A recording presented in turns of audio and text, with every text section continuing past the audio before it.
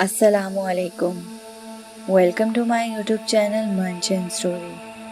تمام ویڈیوز کی اپڈیٹ کے لیے منچن اسٹوری کو سبسکرائب کر کے بیل نوٹیفیکیشن کو آن کریں۔ بڑھیا کا انتقام، دوسرا اور آخری حصہ۔ ایک رات جب کتیا اسی طرح اپنے آقا کی یاد میں رو رہی تھی، بڑھیا کے ذہن میں انتقام لینے کی ایک انوکھی تدبیر آئی، نہایت وحشیانہ تدبیر۔ وہ ساری رات اسی تدبیر کے مختلف پہلو پر سوچ بچار کرتی رہی اور اسے یقین ہو گیا کہ اگر اس پر عمل کیا جائے تو وہ قاتل سے خاطر خواہ بدلہ لے سکتی ہے۔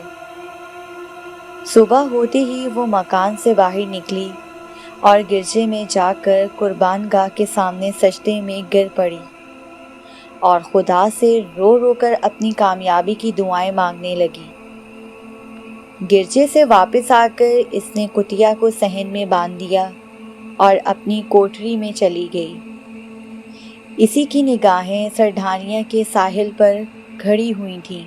اس روز کتیا سارا دن اور ساری رات بھوکی پیاسی صحن میں بندھی رہی۔ پہلے تو وہ کافی دیر تک چپ چاپ پڑی رہی، لیکن جب اسے بھوک ستانے لگی تو اس نے بھونک بھونک کر سارا مکان سر پر اٹھا لیا، مگر بڑھیا اپنے کوٹری سے باہر نہ نکلی اور نہ ہی اس نے کتیا کو کچھ کھلایا پلایا۔ اس سے اگلے روز صبح وہ کوٹری سے برآمد ہوئی۔ اس کے ہاتھ میں پانی سے بھرا ہوا ایک پیالہ تھا، وہ اس نے کتیا کے سامنے رکھ دیا۔ کتیا نے پانی پیا اور محبت سے دم ہلائی، اور اب وہ روٹی یا گوشت کے چند ٹکڑوں کی منتظر تھی، مگر بڑھیا نے سارا دن کھانے کے لیے اسے کچھ نہ دیا۔ اب کتیا بھوک سے اس قدر نڈھال ہو چکی تھی کہ اس میں بھونکنے کی ہمت بھی باقی نہ رہی۔ وہ آنکھیں بند کیے پڑی رہی۔ رات کے وقت جب اسے پھر بھوک نے ستایا تو وہ بھونکی اور زنجیر توڑنے کی کوشش کرنے لگی، لیکن زنجیر مضبوط تھی، ٹوٹ نہ سکی۔ دوسرے روز بھی بڑھیا نے کتیا کو پانی ہی پلایا اور کھانے کے لیے کچھ نہ دیا۔ اس نے کتیا کے چہرے پر مایوسی اور حیرت کے تاثرات پہچان لیے۔ اپنی مالکن کو دیکھتے ہی وہ زور زور سے اچھلنے اور زنجیر سے آزاد ہونے کی کوشش کرنے لگی، لیکن اسے کھانے کو پھر بھی کچھ نہ ملا اور وہ سارا دن بھوکی ہی رہی۔ تیسرے روز بڑھیا اپنے ایک پڑوسی کے گھر گئی اور وہاں سے 2 گٹھڑیاں خشک گھاس کی اٹھا لائی۔ پھر اس نے لکڑی کا ایک پرانا صندوق کھولا اور اس میں سے اپنے مرحوم شوہر کے کپڑے نکالے اور ان کپڑوں میں بھوس بھر دیا۔ اس کے بعد بڑھیا نے بھوس بھرے ہوئے کپڑوں کے اس انسانی ڈھانچے کو صحن میں ایک اونچی سی لکڑی گاڑ کر اس کے ساتھ کھڑا کر دیا۔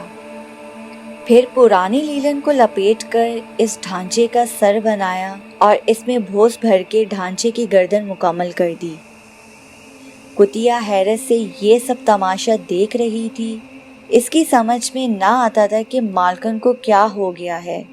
اس سے پہلے تو اس نے کبھی اسے بھوکا نہیں رکھا تھا۔ اس کام سے فارغ ہو کر بڑھیا بازار گئی۔ کسائی کی دکان سے اس نے کلیجی خریدی اور گھر آ گئی۔ پھر صحن میں ہی اس نے بھوکی کتیا کے سامنے آگ جلائی اور کلیجی بھوننے لگی۔ کلیجی کی خوشبو جب کتیا کی ناک تک پہنچی تو اس کی بے قراری اور بے چینی کی حد نہ رہی۔ اس کا منہ کھلا ہوا اور آنکھیں گوشت پر لگی ہوئی تھیں۔ پھر بڑھیا نے کلیجی کو ایک ڈوری میں پرویا اور بھوس بھرے ہوئے ڈھانچے کی گردن پر لپیٹ دیا۔ اس کے بعد وہ کتیا کی طرف گئی اور اس کی گردن سے زنجیر اتار دی۔ بجلی کی مانند بھوکی شکاری کتیا اس ڈھانچے کی طرف جھپٹی اور اپنے نوکیلے پنجوں سے اس کی گردن پر وار کیا اور پھر اپنے دونوں پنجے اس کے کندھوں پر گاڑ کر دانتوں سے کلیجی کی بوٹیاں نوچنے لگی، لیکن اس کا منہ وہاں تک بامشکل پہنچ پایا۔ وہ پیٹ کے بل زمین پر گری، لیکن پھر اٹھی اور ڈھانچے پر جھپٹی۔ کتیا کے غیظ و غضب کی انتہا نہ تھی۔ چند ہی لمحوں میں